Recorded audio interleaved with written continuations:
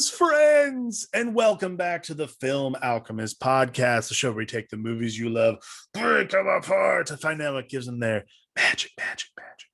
I'm your co-host, Alex Dandino, soon to be joined by my real host, or maybe fake host, or maybe murder host, or perhaps a whodunit host. Who knows? You'll see later on. Josh Griffey, and of course, our special guest tonight, Steph Cannon. However, before we get to that, little business, folks. We're on Patreon now. That's right. For just $1 a month, you can join in all kinds of fun. We do all kinds of cool stuff. We talk about movies, TV shows. I have a cooking thing on there. I'm kidding. I barely do that anymore. But either way, guys, we have tons of fun on Patreon, and it's only $1. And if you pay $10, you can curate a whole month of the show. Who knows, guys? There's all kinds of fun stuff to do. But either way, should you feel so inclined, contribute, patreon.com/filmalchemist. We're also on all the same socials you are, Instagram, Facebook, Twitter. We're all over the place. We love talking to you guys. Check us out, filmalchemist@gmail.com. You can email us your questions, requests, all kinds of cool stuff. But if you request something, I suggest you go to Patreon. We're much more likely to get to it. All right, that's it. Enough business. Guys, awesome pick tonight for our Horror Beast month. 31 pods, 31 days. Tonight, we're talking with Steph Cannon, who's a wonderful writer. I actually met her last year during the quarantine. My friend Ryan Burke and I put together a anthology called Housebound, and she contributed to it. Steph is a writer. She is the co-owner of InSim Creations. It's her and I think her business partner, I think his name's Matt Knowles, I believe. But either way, they do a lot of content creation. She writes a book called Tales of Nocturnia, which is awesome. So I would really suggest going to pick that up. Great fantasy writer, great horror writer as well. She's contributed to like Fangoria and a couple other great websites as well. She came on, she picked Sleepy Hollow, Tim Burton's Sleepy Hollow, which again, if you haven't watched it, watch it. It is so good because also you need to listen to the pod. If you have watched it, you're in for a treat. We got to a lot of fun stuff. Let's just get to it, guys. Here we go.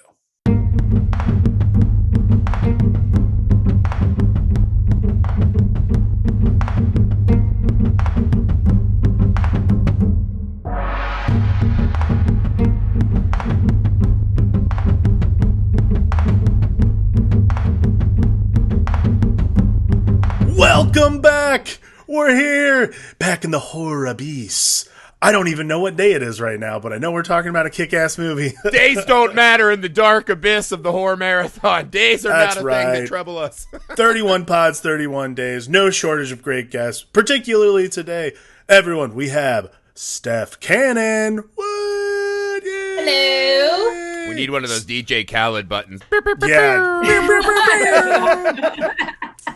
Steph, time. thank you so much for being here. We really appreciate it. Absolutely Thank wonderful. you for having me. Tell us what everyone should know you from right now, and then, we'll get into the movie later. But, Okay, so I am Steph Cannon. I am primarily a comic writer, content creator. I have a content creation LLC called InSim Creations with my business partner, Matt Knowles. We stay very, very busy. We have a couple titles out. We have Tales from Nocturnia, which is a medieval fantasy. We have Heirs of Isildur, which is steampunk time travel. We also have an all-ages comic that just came out on Scout Comics' new all-ages imprint, Scoot. Awesome. And it's called Misfits Clubhouse. And I also dabble in little movie reviews for creepykingdom.com and Horror Buzz. So I like to say Perfect. Yes. God damn, I thought we were busy. I know. No, we are not. Gotta step our game up, Alex. I know, right? I met Steph last year during quarantine. Me and a friend, Ryan Burke, put together a anthology, and Steph was kind enough to contribute to it with Tales from Nocturnia. Yeah, it was awesome. It was a lot of fun. I absolutely loved that story, by the way. So let's talk about this. I have not seen this movie in so long. I'm so excited to talk about it. I literally cannot. Steph, tell us about the movie you picked tonight. So we have Tim Burton's Sleepy Hollow from 1999, I think is when it came out. I believe so, yes. Yes. I believe it's one of those turn of the century movies, but not quite turn of the century. Quite, yes. Which they even talk about the millennium in the movie, but not Just not in the time millennium, for the you new know. century. Yes. Yeah. Why this movie? Is it just in your rotation for horror movies? Is this one particular? It really is, and it's one that I forget how much I love. It is. I mean, I am a bit of a Tim Burton fangirl. I mean, I am wearing my Nightmare Before Christmas shirt here, but it has the feel and the aesthetic that I just love. I am there for the foggy, creepy, dark goth, Victorian. I mean, I've got a steampunk book out, so that there's definitely a little bit of that in there. The jack-o'-lanterns everywhere. It's just the first 15, 20 minutes of that movie, I'm just like, oh, I just love the way this movie looks. Totally. Yeah. That is, I think that first scene is, what a way to start a movie, man. No kidding.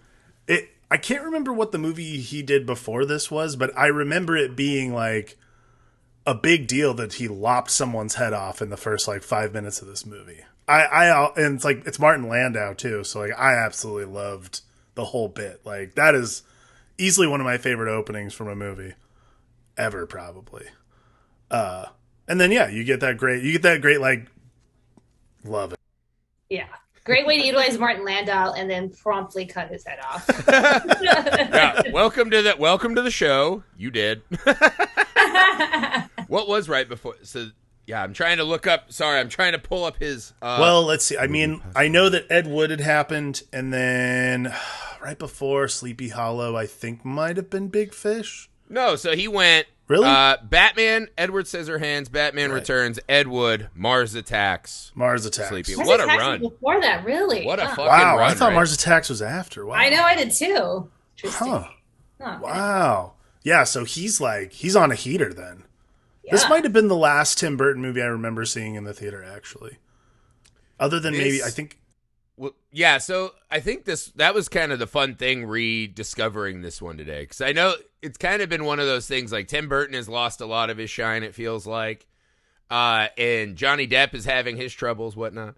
But I think we all forget, there was a time in my life where this pairing of Johnny Depp and Tim Burton was about as excited as I would ever get for movies. And you forget how just wonderful it is to spend time in Tim Burton's head, right? He kind of got lost in this remake cycle, right? The Planet of the Apes and The Chocolate Factory and Alice in Wonderland and Dark Shadow. These movies that just don't have enough of Tim Burton because he's borrowing from other things. And this movie, of all of his movies, strangely enough, I feel like this is the perfect blending of all the elements that make him so spectacular. I don't know that many people would argue this is his best movie, but I think this is the perfect distillation of, you say, what do you love about Tim Burton? This would probably be the movie I would look at first. I feel like this is the movie that comes to my mind when somebody says Tim Burton and you automatically picture something. Mm-hmm. That's what you're gonna see. It's just that goth feel that he was famous for at that time. Yeah, particularly this, just because the vibe is so... This is like, to me, this is like Tim Burton almost at the height of his power, to be honest with you. Like, set design, the way everything looks. Like, I mean, it's a script by Andrew Kevin Walker, who wrote Seven. Like, it's an incredible...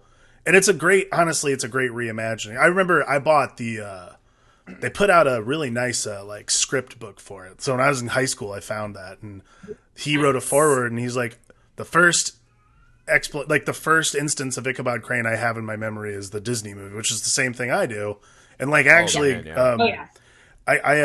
I was a kid, when we lived in Indiana, there's a place called Connor Prairie there. And every Halloween they would do the Headless Horsemen hayride. And you'd see the Headless Horseman, and then you'd go watch the Disney Ichabod Crane. And it was like, oh man, that's so cool. Like, I love Sleepy Hollow's right up my alley. And then I went and saw this movie, it was like, still up my alley, but very different from my childhood. Like, exceptionally so. Well, it's funny too, because that Disney film, I think, traumatized a lot of us as young kids. I showed it to my kids last year. And you're like, oh, it's like, it's a cartoon, it's Disney. You forget how absolutely terrifying that short film is, right? Yeah. And watching my kids have to grapple with that, you're like, what have I done? And it's insane because I think it's one of those weird stories that it now is constantly feels like people are trying to do something with it. And I think it's specifically because of this Tim Burton movie, right? Is because people saw the element of this is more than just a guy riding around chasing a skinny teacher or whatever. He added so much extra lore and depth to it, right? And it's just, it's beautifully shot and what a wonderful cast. Where do you guys want to start? There's a lot to unpack in this movie. Yeah. Really is. Lot. I have like pages of notes. I did too. I took a lot. Yeah. I might say a good place to start might be the actual adaptation itself. Like changing Ichabod Crane to a like inspector detective, I actually think is a stroke of genius. Like turns the whole story becomes a whodunit, which is really cool. And actually makes the legend of Sleepy Hollow that much more interesting for me personally. Like I actually was much more engaged with this than I think I've ever, like I remember trying to read the story when I was in high school and being like, yeah, I get it. It's an old English, it's old, America sort of English tale. Like, yeah, whatever. I get it. But yeah, I love everything that was like changed and adapted from the story and expanded upon is absolutely wonderful, I think. Mm-hmm.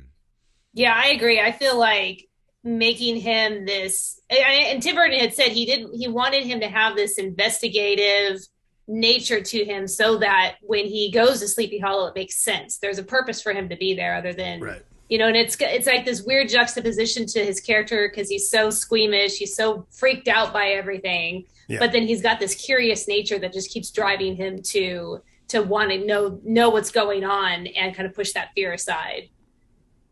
Yeah, well, I think it's also this wonderful thing, right? Because it is a whodunit, but it's one of the only whodunits I've seen where they firmly say very early in the movie, this is actually a ghost.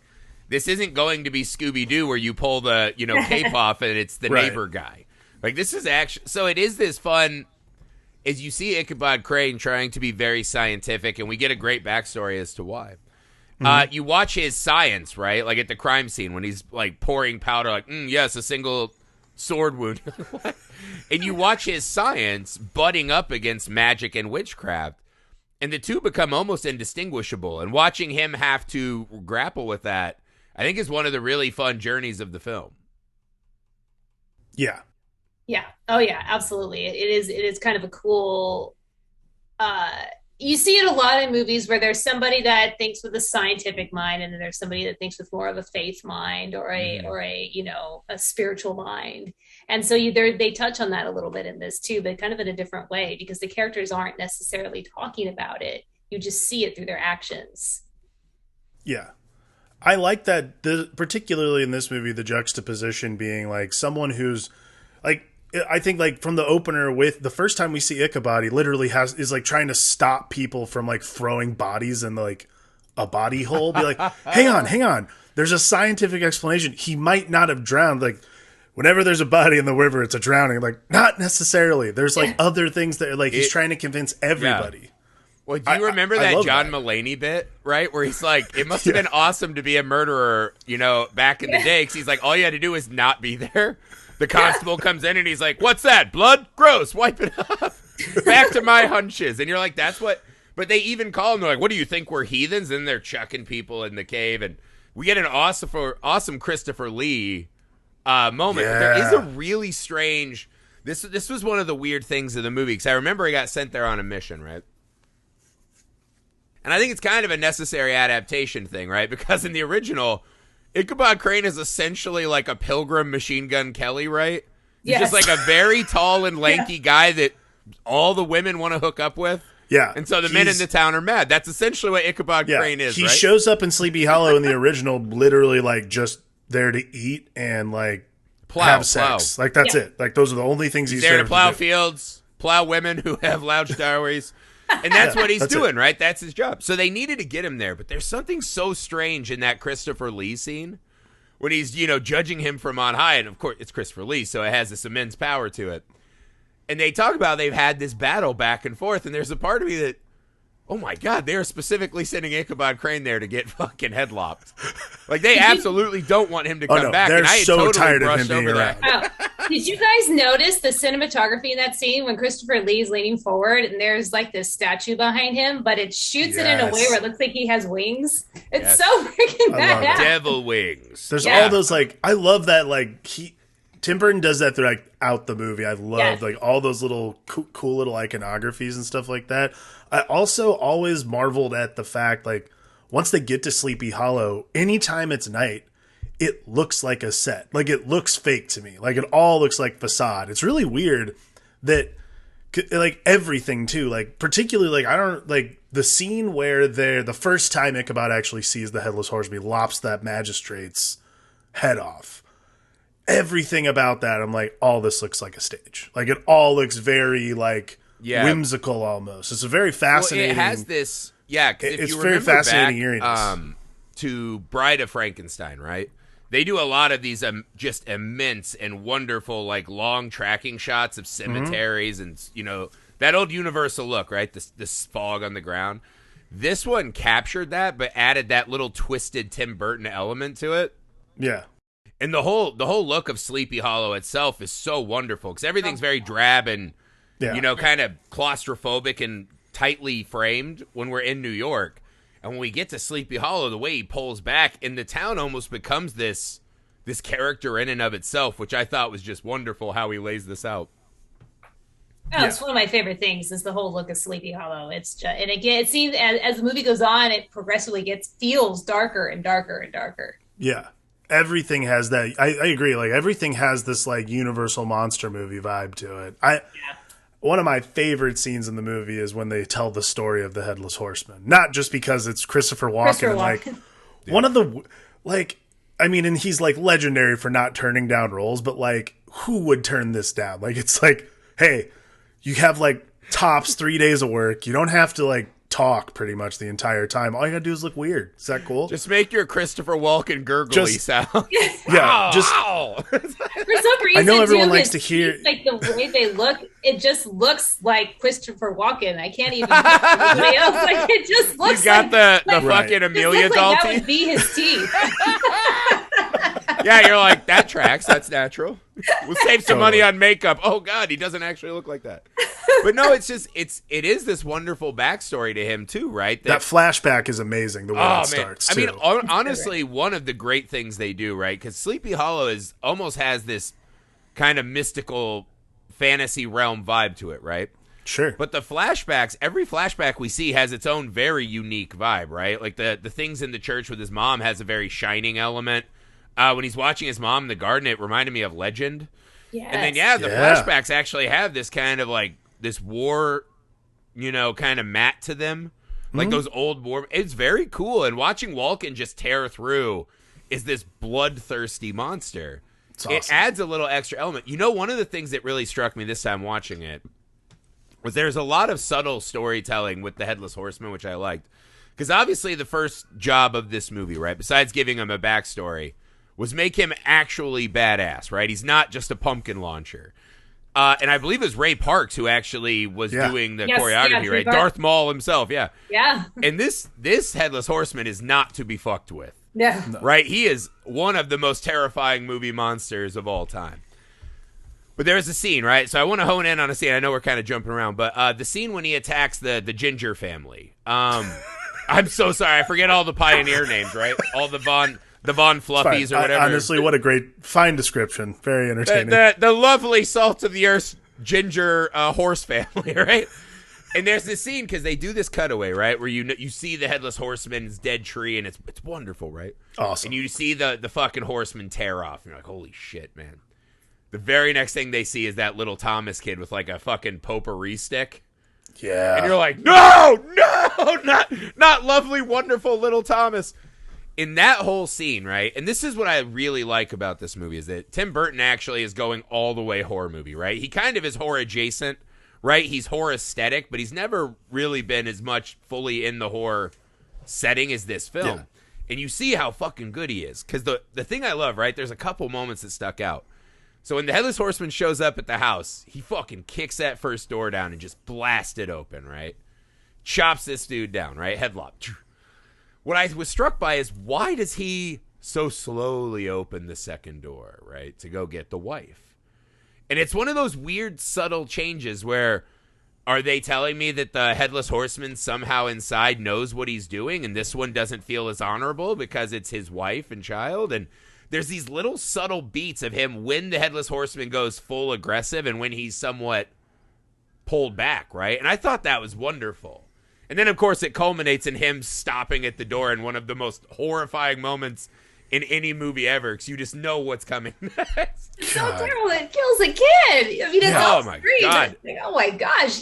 I mean, how often do you see that in a movie like this where it's, you know, and it's just like expert filmmaking to not actually have to see it. You just see the kid get just one-handed out of the, like... I'll ask you both. You saw it, though, right? Like, in your mind, you yeah. saw that scene, so he doesn't have to put it on the scoreboard, right? Like, yeah, no. Oh, yeah. It's actually... We all so, know what Steph, happened. what do you make of this?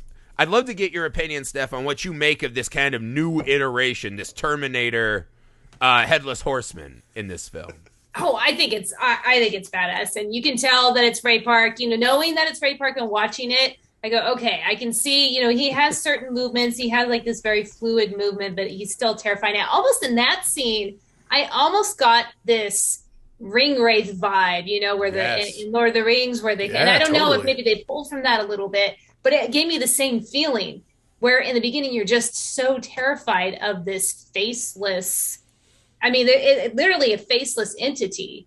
But I feel like but you know that he's calculating, because when he pauses at the door and comes back for the kid, you're like, okay, this is not just some lumbering, monster. This is something that actually is calculating a little bit. Mm-hmm. Yeah.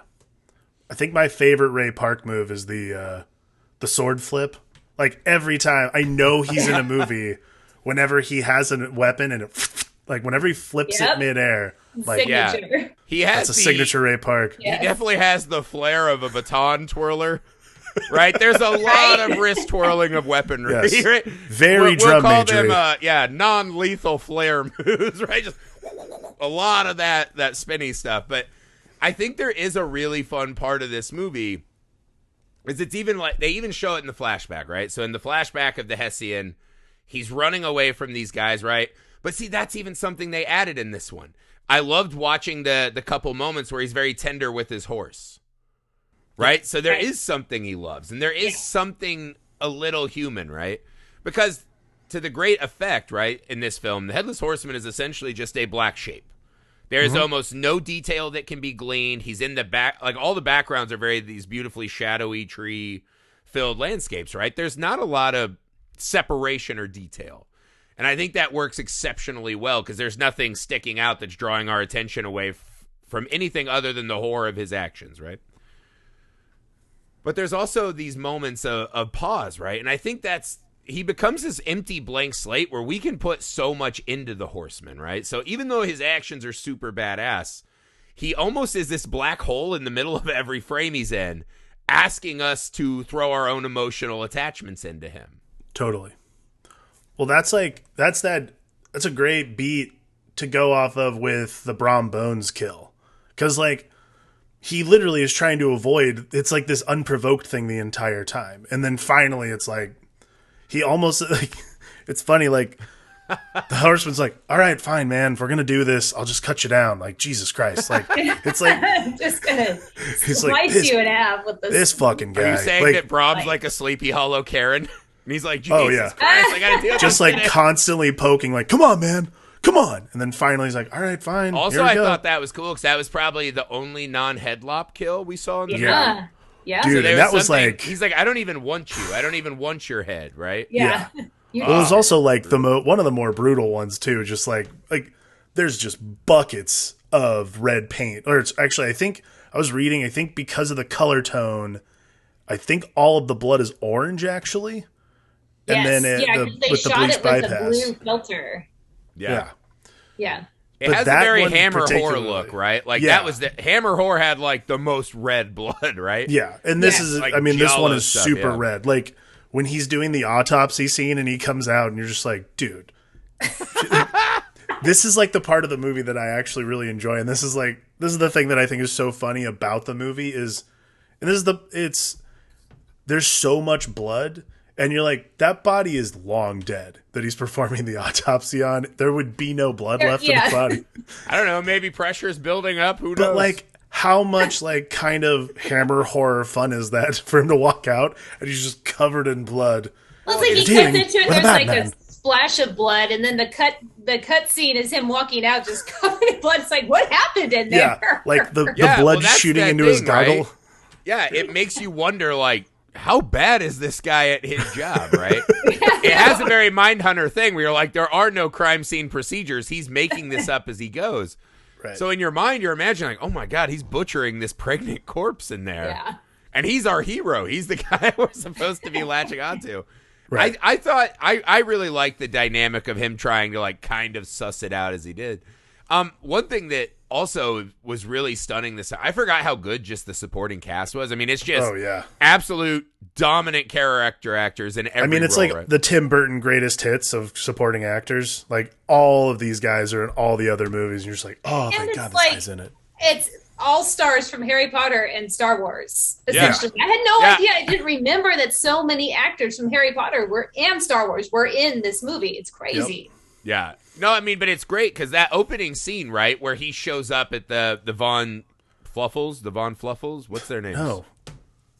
The Von Huffles? No. I don't know. Whatever. Just he go shows with up the at Von the wealthy white party, right? Yes. The fucking hoedown or These whatever. These wealthy whites, yes. I don't know if they were hoedowns back then, but neither here nor there. So he's at the hoedown, right?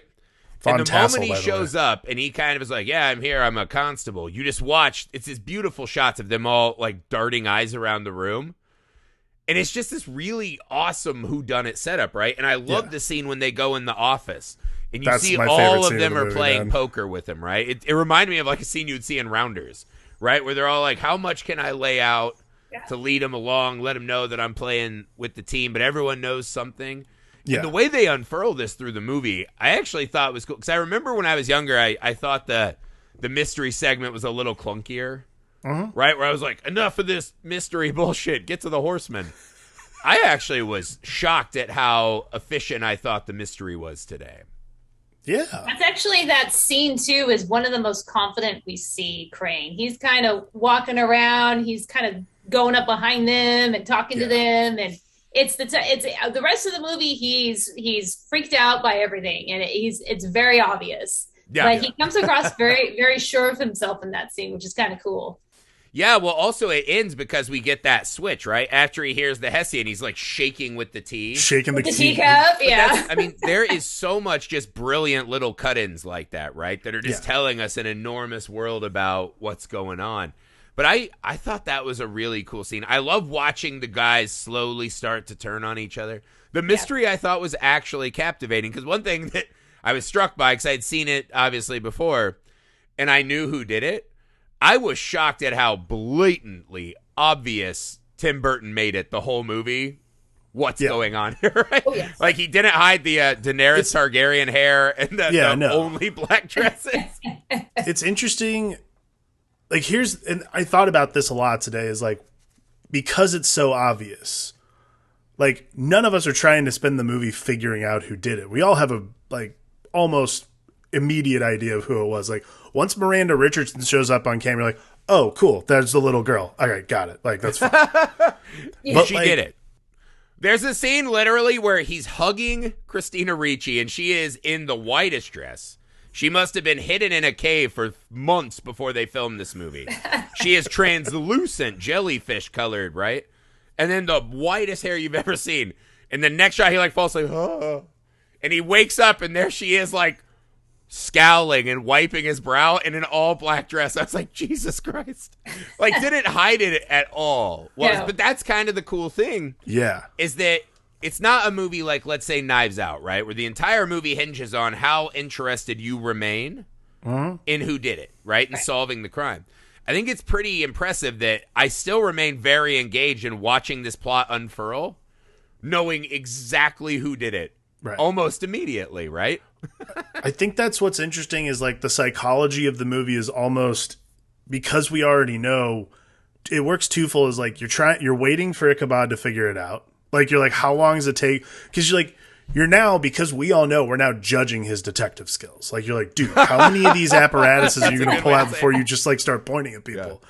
But then the other thing is, like Griffey was saying, like, yeah, these people that are just starting to like eat each other alive, trying to like pointing fingers and shit. And it does a lot with like, because of the time period it takes place in, obviously it takes place many years after, but like, you know, you have a little bit of Salem witch trial vibes, and you have a lot of this whole other thing. I love that juxtaposition, and I like that actually, yeah, we figure it out almost immediately. So like, we don't spend the movie distracted trying to figure it out before the rest of the characters do. We're waiting for everyone else to catch up to us. So we're engaged in the story the whole time. It's really cool.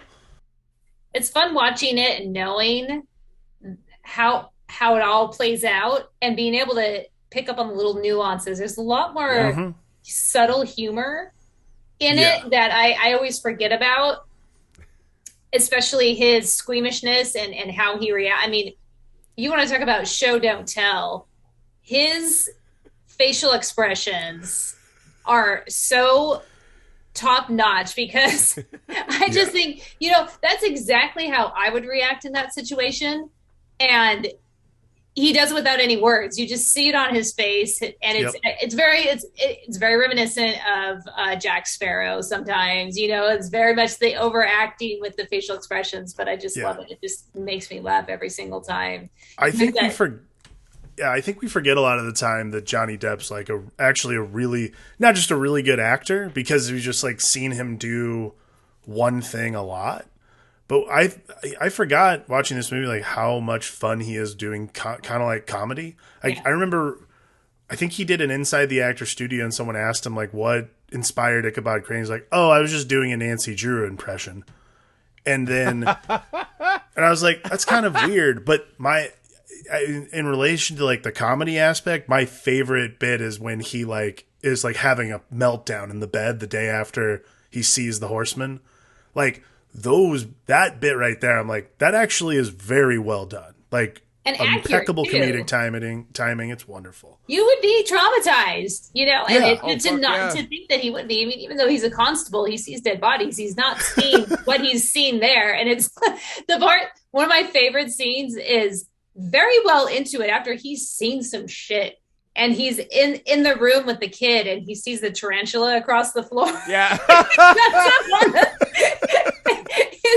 Which, of course, is exactly how I would be. But the kid is like, it's just a spider. Well, especially after the myriad of horrors he's already witnessed. And whatever he did to that poor pregnant corpse. Like, you're like, really? The spider? But, I mean, it's true to who he is. He sees it off screen at first and gasps. And so you're wondering, what the hell is it that he's looking at? And he jumps up on the chair, and then it's just a spider. Oh, God, dude. Oh, man. It's awesome physical comedy. I forgot about the gasp. I actually laughed really loudly in my house when he was like, ah! Well, I think that scene, too, is really cool because you're laughing at him, right? It's very funny. But I like that scene you were talking about, too, where he's confronting the horror of, oh my God, it's real. And they're like, yes, we told you this. We've been telling you this whole time. And it's funny because it feels like us, the audience, saying, yes, we know what's happening. Get with it. Like, get on with this story. And I like that when he comes down and he goes, I have faced my fears and I am ready to battle this whatever. Right? He's like ready to show down with the ghost. And I thought that was really cool because you actually start to see this turn in him, right? That he somehow is going to try to science this ghost to death, right?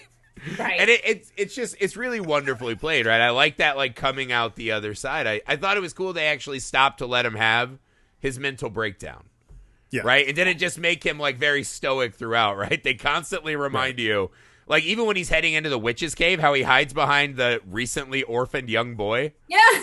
And you're like, he just at his core is just a coward. And he's never going to get over it. And I thought that was cool, and that doesn't really dissipate even when he's doing the kind of mummy-esque Brendan Fraser segment of the movie. I mean, even his like courageous moments, which is really like, I don't know, I guess throwing the skull to the Headless Horseman, like even that stuff, like, and then when he's trying to chop into the tree, those are the only two moments I can really remember where he's like trying to like put on a brave face, but then again he chops the tree and a little bit of blood spurts in his face. He's like.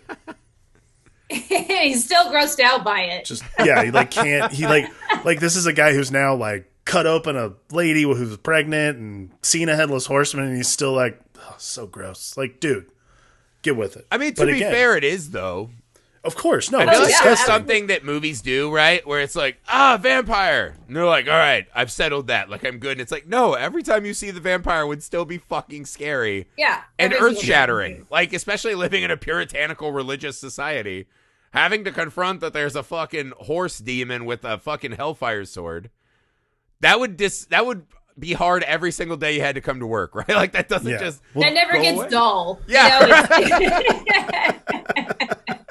yeah, it's not like you're like, oh God, the line at Starbucks is long again. I'm ready, right? It's not that.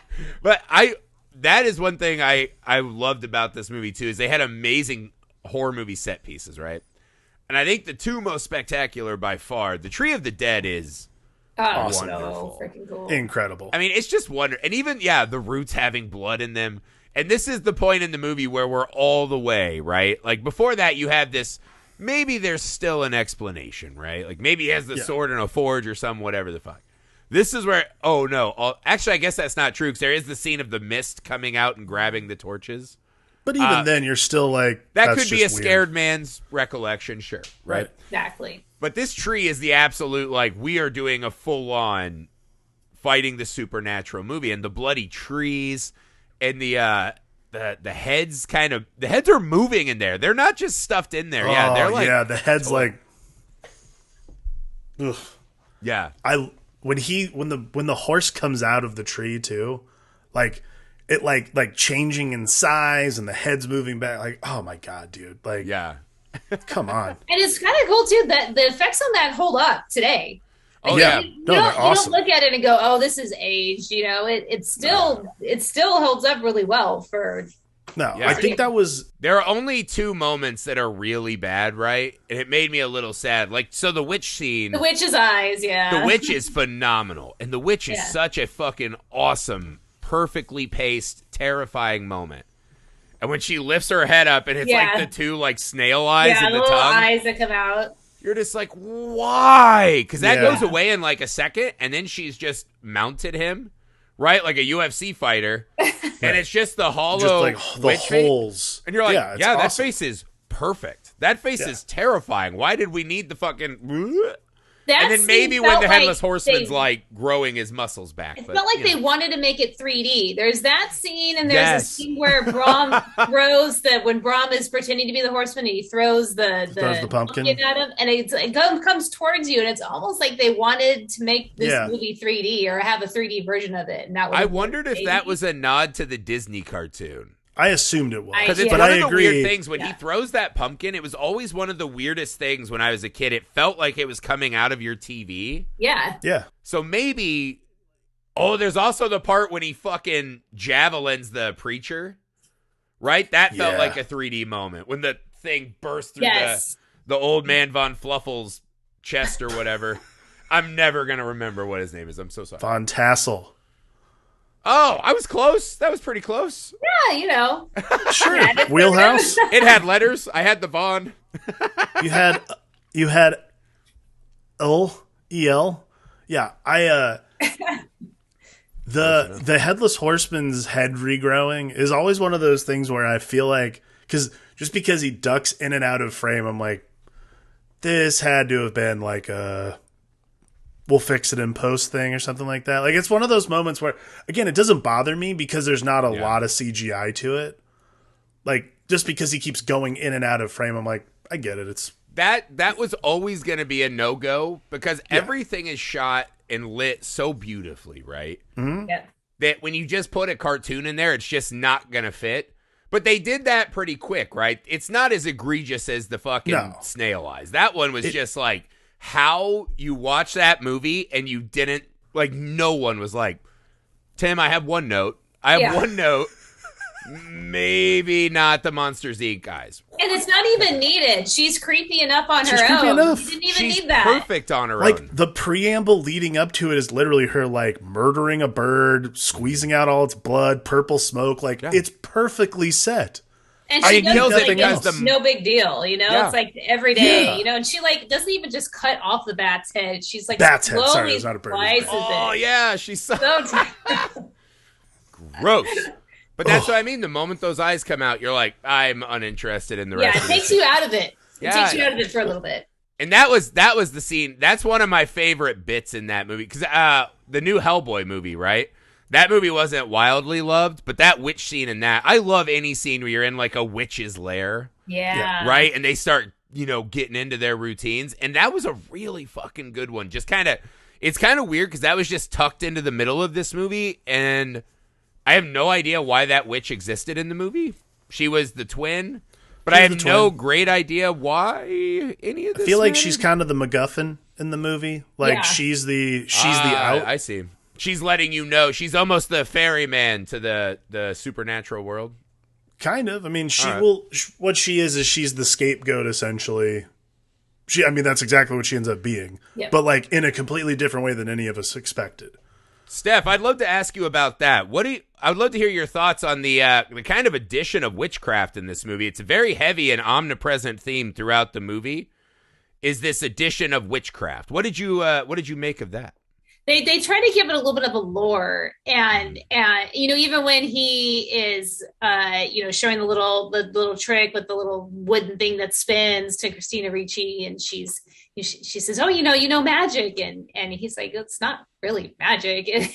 So there's kind of his, and it fits too because he's from the city, he's from New York, he's very practical, and he comes to this little hamlet, this little village of Sleepy Hollow where everybody is kind of condensed in together. And so I feel like it's just sort of what it's like, this collective hive mind of what they believe for witchcraft, and so it touches on it just a little bit, but not so much that it makes you, it takes you away from what's really going on with the rest of the plot. Mm-hmm. Yeah, because we see the twin sisters are witches. Christina Ricci's dabbling in it. She got the book from her aunts. Or her mother, right? Yeah, her mother might have had. Yeah, her mother was into the witchcraft. Johnny Depp's mother was into witchcraft. Yep. So there was just this theme of women using the witchcraft to, and it wasn't always. I like that it wasn't just all evil spells. Almost all of the witches were using it for good. Right? Almost all the witches were good, except for the obvious, black hat of the movie. Yeah, but of course. That's fine. I thought that was a cool because it gets at this thing that's really fun, right? Which is they're all just fervently believing in something, right? Like the old white guys all believe in their power over the town, right? Their offices and their lofty positions of power. That doesn't protect him. Johnny Depp believes in his logic and science. That doesn't protect him. They believe in the witchcraft. That doesn't protect them, right? So I think there is this kind of, it's breaking down this idea that no matter how you become a zealot, right? If you're all in on one thing and you can't just acknowledge what's happening in front of you, and the human cost. I thought that was kind of a fun addition. And they hammer that home in one of the things that's probably my favorite after watching it today, which was the backstory of Ichabod Crane's mother. That blew me away because I had remembered it, right? Like when they showed he had the, Eggo waffle hands or whatever. I was like, I remember that. But when you watch it play out, those sequences are stunningly shot, right? Because that's when everything goes all white. Yeah. It's almost this 2001 like religious horror movie kind of room.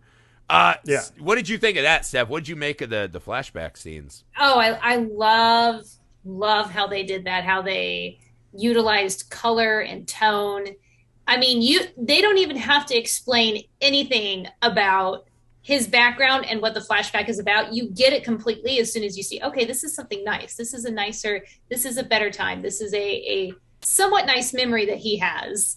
Mm-hmm. And it's just the difference. And then when it goes back to this dark, gray place, you really feel that. Mm-hmm.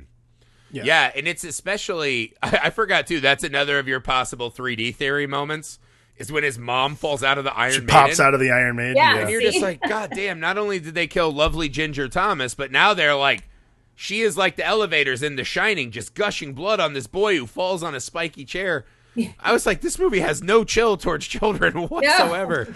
And it's really horrifying. And then I forgot this detail where at the end, because you see the pastor or the preacher, father, whatever, turn into the horseman in one scene, right? When Ichabod finally sees his mother. That's his father. His father was the preacher who destroyed his own mother. And it's this wonderful kind of tying together of the themes, right? Of why he is so fervently attached to this kind of science that will destroy like the religious dogmatic practices.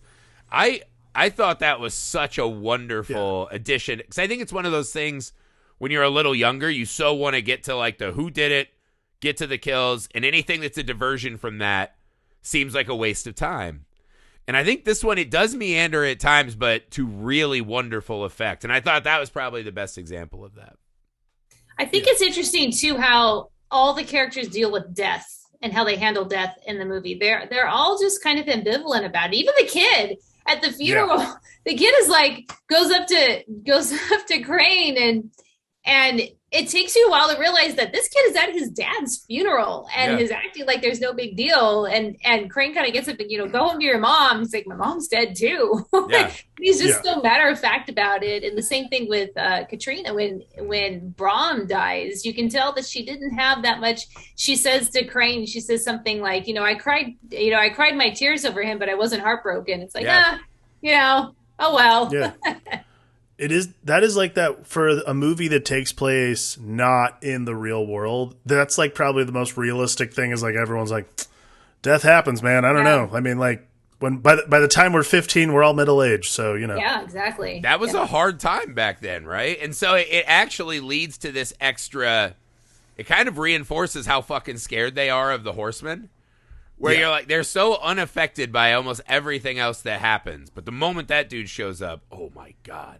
Yeah. And it reminds you probably that they're not as afraid of the dying, but being trapped in hell, right? And it's reinforcing this kind of extra scary idea about where the Horseman's from and what he represents, right? I think that's wonderful. Yeah, I think that's a really good point. Yeah, I think visually, everything does such a good job of displaying, like, not just like blood and carnage in this movie, but just visually everything that gives you the explanation of death without actually explaining what happened. Like, again, those dreams, the memories are probably the best.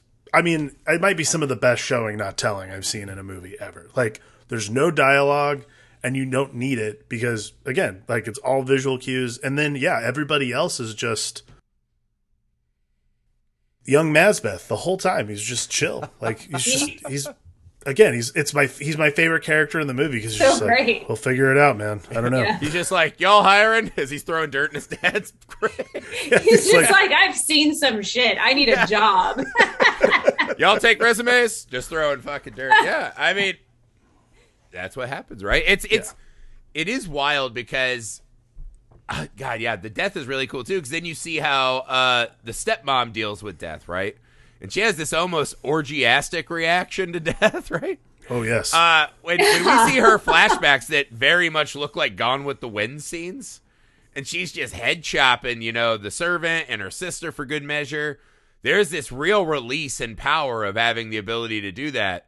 I thought that was cool. One thing that was really, I'd forgotten that Ichabod just is the worst detective, because I think the moment you see the Woods bloodbath sex, that should be a red flag. That should be I better write this in my journal with the 5 other catchwords. Yeah, because that's just kind of odd. He just sort of seems to show up at all these weird times, seeing people like God. Yeah, nobody seems to be discreet about just banging out in public. And he's always there when it happens. Yeah, well, she's like, I got the doctor on his secret amour with the fucking servant. You're like, Ichabod walked right past that. He is not literally Palpatine, he was the first person to see it. Yeah. This is very upfront, right? This is the power, infinite power. And also it's weird they didn't even acknowledge that was the priest. Like, Ichabod didn't. He's just like, hey man, I didn't see shit. Like, I'm cool. And again, his facial expression during that scene is just kind of like, okay, this is how I'm they do uncomfortable things in with this town. sexual activity over here. Is that an addition by subtraction? Or are we just being like, wow, maybe Ichabod's a freak? Ichabod, they're getting back to that Disney Machine Gun Kelly Ichabod that we're so used to. Yeah, I don't know. I thought that scene was strange to say the least. It's peculiar. Yeah, I mean, again, like most of my favorite like weird sex murder in this one is with Ed Rooney. when she's having the flashback of smearing blood on him. And I'm just like, dude, this is the guy who literally like fucking just threw it in everyone's face the whole time. Like, I love how hypocritical every single adult in the town of Sleepy Hollow is. Yeah. Oh yeah. Like, it's my favorite part of the movie is that, again, this is like, I've always, like, this time watching it, I realized like this movie really is about the seeking of all types of truth. Like, not just the truth of like who killed who and what happened, but like the truth about religion, the truth about what you believe in, the truth about logic, like all these things. But then like the truth of self is so prevalent and like undoes everybody in the town to the point where you're like, it. where no one, like nobody is honest, and like to the point where like the only honest person is literally like the people running from the Headless Horsemen, which is Ichabod, Katrina, and young Mazbeth. Like they're the only ones telling the truth the whole movie. Yeah, and we literally, it's almost as if the Headless Horseman chops their heads off and then their secrets fall out. Yeah. Right? We're like, oh, that's exactly what it is. Right? But that's another thing, because you had talked about the small kind of like cloistered fortress of Sleepy Hollow, right? Mm-hmm. And it's kind of insane to think about, because I lived in an exceptionally small town where I grew up, right? And there are no as soon as anything happens, we're like, oh, something to talk about today. Oh yeah. And it's wild in this one how many secrets. I mean, to be honest, if I'm being fair, one of the things that's not great about the film, I still have no fucking idea what happened. Like, who was fucking who and who was going to get all the money. Yeah, I was like, I know there was a lady who had a baby who had to go. Who married who. But I was like, who knocked her up? Wait, is Katrina's dad the one that knocked her up? No, I thought it was... Or it was the guy at the start of the movie? These guys banging. No, are you talking about the Emperor? I thought Emperor Palpatine was the father. No, Emperor Palpatine was the doctor who fucks the cleaning lady. Right, I knew that. I thought he also This is what I'm saying. At the start of the movie, right? People have way too much sex. Like, it was very complicated. He really got around for an old dude. Like, wow. Everybody fucked everybody. What else do you have to do? I know. I mean, really. Go to church. It's true. Also, Puritan, go to church. It's probably hard to not constantly have sex when it's 6 o'clock at night and you're like, no, son. And everyone's house looks like that Ricky Martin video. Right? It just instantly puts you in the mood. Like, you can't help yourself. It's La Vida Loca at 6:30 in Sleepy Hollow. What else are we going to do? Yeah, right? It's not like it's nice outside. Yeah, there's no more land to till. So now we work indoors. Yeah, but that's what, I mean, I still don't know who fucked who to make this a thing. It's so, I mean, they said it was Von Brussel who did it, but then I think it was the old guy at the start. I think it was his son. No, Von Tassel's the one who kicked the family, like the daughters, like their family kicked them out of the cottage. Yes. Right, but that's why she killed Katrina's mom and was going to kill her dad, is because they're the family that kicked him out. Right. But who knocked up the widow Winship? Crenshaw that had to get got? Widow Winship was...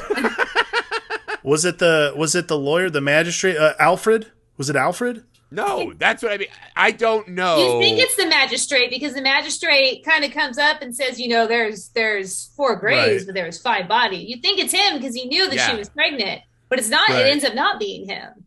Also, no one in the cloistered old men that like debate in that room look like they're prime candidates for like steamy affairs.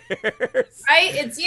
You're like, these guys are not like the prime meat of the town. Surely the widow could have had a better choice. I mean, and there's some young farm boys around or something. Yeah, those Von Garretts were very handsome. The Mazbeths, my goodness. Well, what we don't realize is that all those old men are actually 32 because of the lives they led back then. The crazier thing is that Brom Bones wasn't just cleaning up the entire time. Like, this is Casper Van Dien. You're telling me Johnny Rico? You think his name is Brom Bones because he's sitting there dry? Oh, his name's not Brom Bones for nothing. Come on. That is a stage name if I've ever heard it. You're telling me Johnny Rico can't pull in Sleepy Hollow? This seems wrong. Incorrect. I think he is. I think everyone in Sleepy Hollow is true. I guess it doesn't take much. Candlelight and moisture. I think it's everywhere. It is like, again, like this is the, but it's interesting. Like we talked about this earlier, and it's like we're having this conversation about who had sex with who and all this stuff. Like this is the most fascinating aspect of the movie is like, we all should be like connecting the dots and having a like, when she finally, like when Miranda Richardson comes in and like gives the whole story of why things are happening, who killed who fucked who, all this other shit, you're like, none of this matters because I've been entertained the whole time, but also like now I know with absolute certainty. So the rest of this movie is going to be A, very uncomplicated, and B, wildly entertaining. But it's funny when movies are foregone conclusions, right? Because I think most movies are terrified of the audience being ahead of them, and that's when you see movies fuck up, when they're trying to be too clever because they're afraid we'll figure the movie out. It's fine if we figure the movie out. And it's also fine if we don't. Like I said, I still don't know who fucked who and why the deed mattered. All I knew is that someone was getting a lot of money and that this crazy lady in the black dress wanted it. That's all I had to know. Which is all you need to know. Yeah, and then I'm like, wait, so Christina Ricci grew up in the house with the fucking Grady twins from The Shining that are now controlling the... All right, fine, I don't care. I was like, the Horseman's coming. It's great. Because at that moment when she's laying it out, they do this great Strangers on a Train shot, right?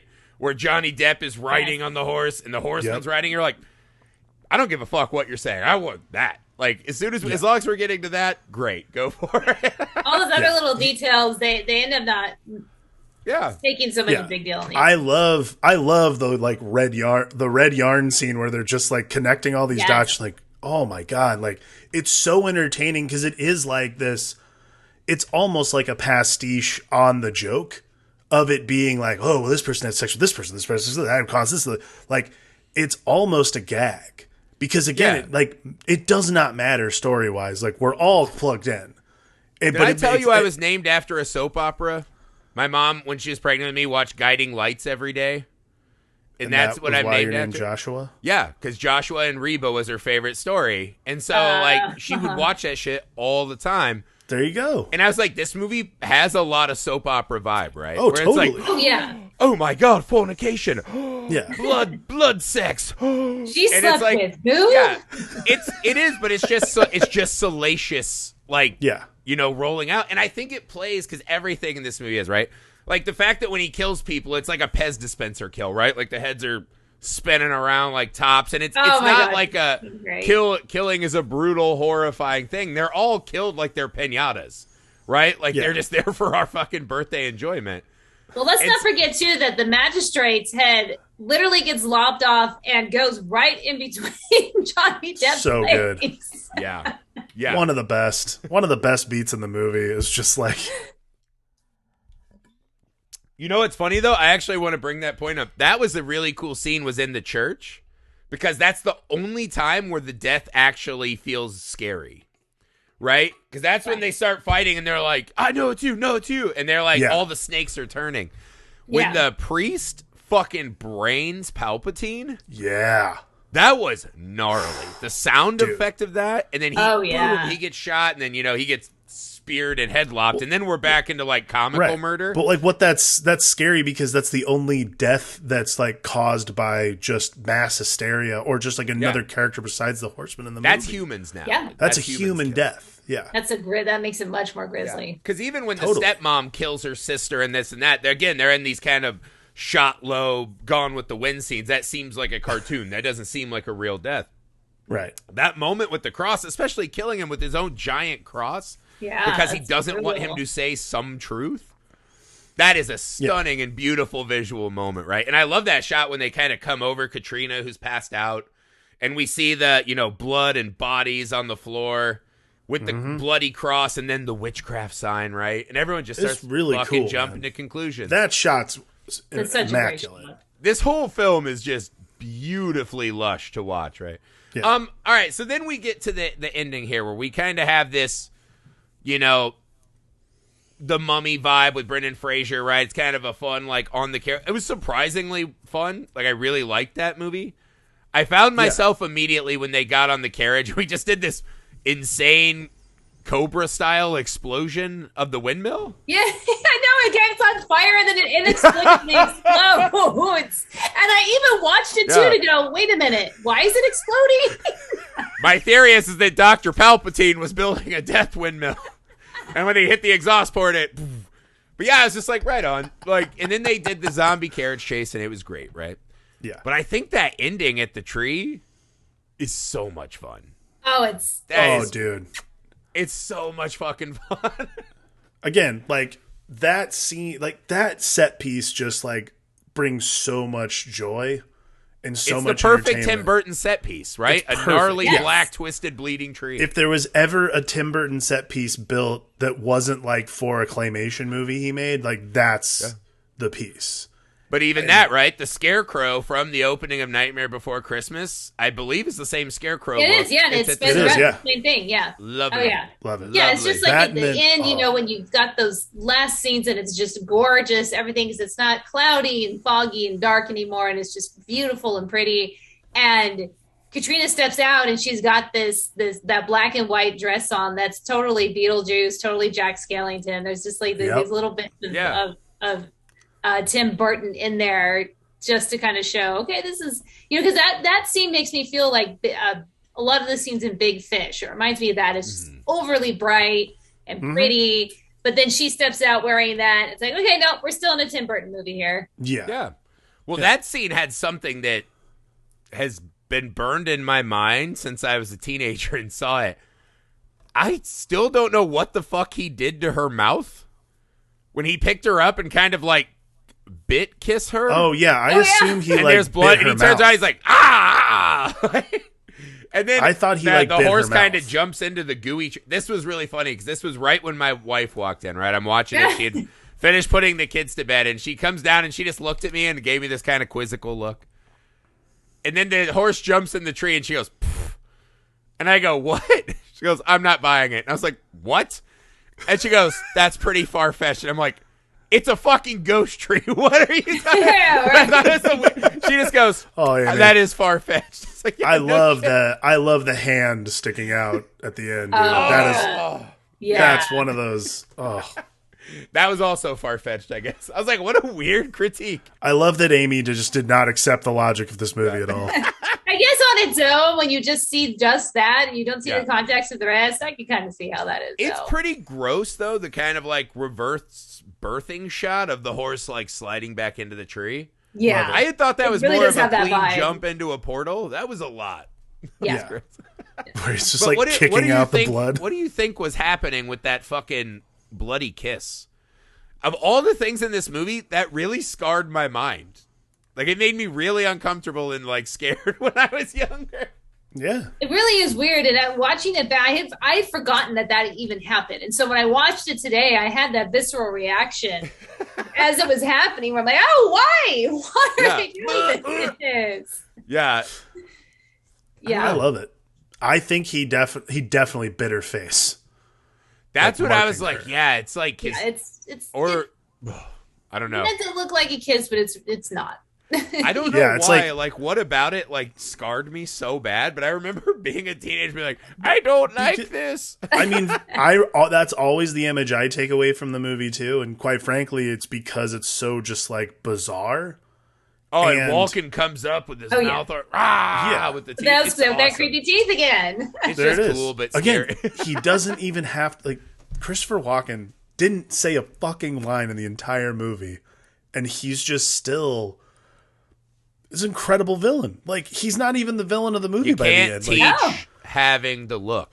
he's He's just got that the look. look. man. He's got that perfect look. I mean, that first scene, I thought, okay, there is nobody more perfect than Christopher Yeah. Walken for this role. Yeah. Agreed. Just Yeah, he's exudes incredible. creepiness. That just horrifying blue stare. Yeah.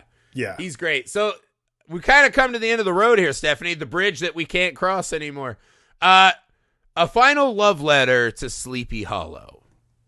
Just tell us what about this movie still lights you up every year where you're like, I can't wait to rewatch this movie.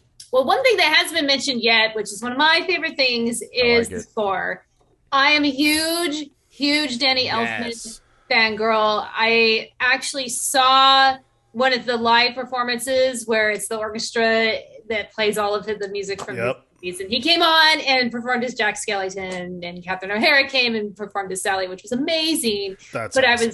but that score is so haunting and perfect right from the beginning. And I feel like that those scenes, for the first 10 minutes of the movie that we talked about, wouldn't be as effective without that beautiful haunting with the choir. You know, it's just, you know, the one that always gets me is when they fade in the title, and or maybe it's no, sorry, it's not the title. I think they actually just fade in like the production company at the opening credits, and it's that really low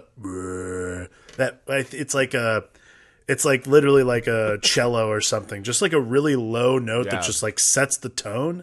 Yeah, it might be one of my favorite Danny Elfman scores from the Tim Burton. It's a good point to bring up though, because I think I just always, it's like baked into the cake. Like if it's Tim Burton, totally. yes, it has an awesome Danny Elfman score. They're so just intrinsically entwined in my mind, right? It's such a perfect meld, but I don't think that either would work without the other. You know, it's perfection. It's like that, like you said, it's the icing on the cake when you watch those first scenes. You get the ambiance of what they're going for, and it's just that haunting, beautiful music. That's true. Yeah, I don't know. I'm rewatching it today. I was just stuck because I remembered it as kind of just it was all right movie, but I was struck today. It's so good on so many levels, right? Just visually stunning, and the cast is amazing. And the little kind of visual breadcrumbs, the game of, you know, unfurling who does what when, even though it shouldn't matter, it's done in such a fun way that you're captivated. And just watching the Horseman just be an absolute monster. The Horseman is so goddamn effective. And his assault on that Ginger family, I'm like, that's as scary as anything you'll see in a movie. That scene is perfection to me. I was just stunned. I don't know that I had fully appreciated how much there was to love in this movie the first time I saw it. And I was really glad to rewatch it and have that experience.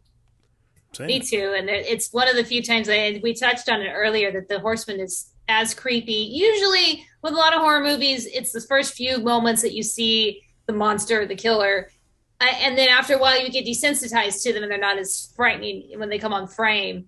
But he is scary. There's the one scene where Crane is riding through. It's like that covered bridge, and he hears like the footstep. Well, first he hears something, and it's like the frog. He's like, "Okay, it's all right." And then it comes up behind him, and it's just so creepily done. It's so perfect. Yeah, I agree. Yeah, it's wonderful. I think it's just an awesome. And again, I know people are going to be mad. I know we're going to get things that I said. This is the Tim Burton movie for me. I understand that Tim Burton has more beloved films, guys. I just think it was really cool to see Tim Burton, because this is the inversion of what he does, right? This is a horror movie with kind of Tim Burton fun.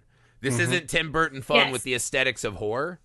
And I'm a horror movie guy, man. It was fun to see Tim Burton make a full, all-out horror movie, and I thought it was exceptional. And I think, I might be wrong, but I think this is one of his few rated R movies, isn't it? Oh, yeah. Fairly you know what's funny? I just assumed this was PG-13, but yeah, there's a lot of horrifying shit. That's what it is. You're right. Like this is like a straight up horror movie. Tim Burton's directing, and like it's his. I mean, it's really his only one, and I think it's probably one of his most effective movies, and it's one of the most entertaining ones. Like I love Tim Burton. I think he's a fine director, but this is by far one of my favorites. Like top 3 for me. Yeah. I agree. Well, thank you so much, Stephanie, for making the time to come talk with us. Thank you guys for having me on. It's okay. I love talking movies. I love talking horror movies, and so this was right up my alley. So this was a blast. I would love to do this again sometime. For sure. One more time, tell everybody what they can find with your name on it. Okay, so you can go, the easiest way is insymmetrycreations.com. That is our online store. That's where you can buy all of our support merch, all of our books that are currently out, and sign up for our email list on there to keep up with what we're doing. Socials, I am on Instagram at Steph Cannon Writes, and on Twitter, SCannonWrites, or you can go to facebook.com/insim. And if you don't, we're sending the fucking Horseman after you. All right, guys. Well, that's it for tonight. Thanks again to Steph. Buy all of her stuff and go find her stuff. You guys know the deal. It's a long marathon every day, a new pod. 31 days, 31 pods. So Alex and I will be back to see you guys tomorrow. Bye. Bye.